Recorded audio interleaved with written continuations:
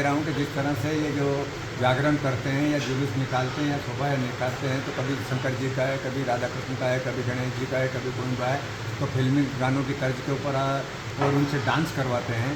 सरेआम मतलब एक हिंदू धर्म का मजाक उड़ाते हैं, सनातन को मतलब इस तरह से मानसिकता की तरफ ले जा रहे हैं।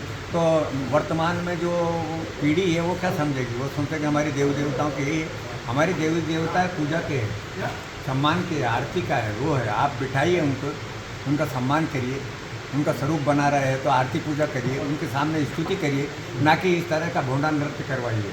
तो अगर ऐसा लोग कोई भी संस्था करती है तो आपकी प्रेस के माध्यम से हम कहना चाहते हैं कि वो सावधान हो जाएं।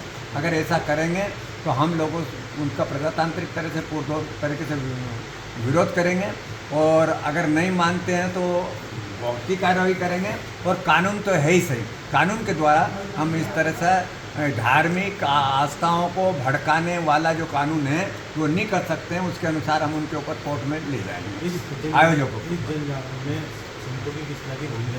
इस जन जागरण में पूरे संतों की भूमिका रहेगी, चाहे वो अखाड़ा परिषद हो, चाहे और कोई परिषद हो, चाहे खड़दर्शन समाज हो और बाकी संत हो। पूरा खड़दर्शन समाज इसमें पूरा साथ रहेगा, क्योंकि इनकी जो दुकानें हम लोगों की चल रही है वो सनातन के ऊपर ही चल रही है। और सनातन का ही अगर विकृत रूप होगा तो कल से हमें कौन पूछे? लोग कहेंगे कि साधुओं का और देखो देवी देवताओं का एक ऐसा, और कोई बात होती तो नहीं चलते हैं।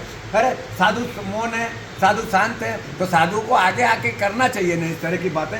तो इसमें तो साधु संतों की अहम भूमिका रहेगी। मैं आपको गारंटी के साथ कहता हूँ कि वो बढ़ चढ़ के हम लोगों का साथ देंगे। और अखाड़ा परिषद, चाहे अखाड़ा परिषद इस समय छिन्न भिन्न हो, लेकिन खड़दर्शन तो है ना, खड़दर्शन इसका पुरजोर विरोध करेगा और सभी संप्रदाय के लोग मिलकर हमारे लोगों के साथ में।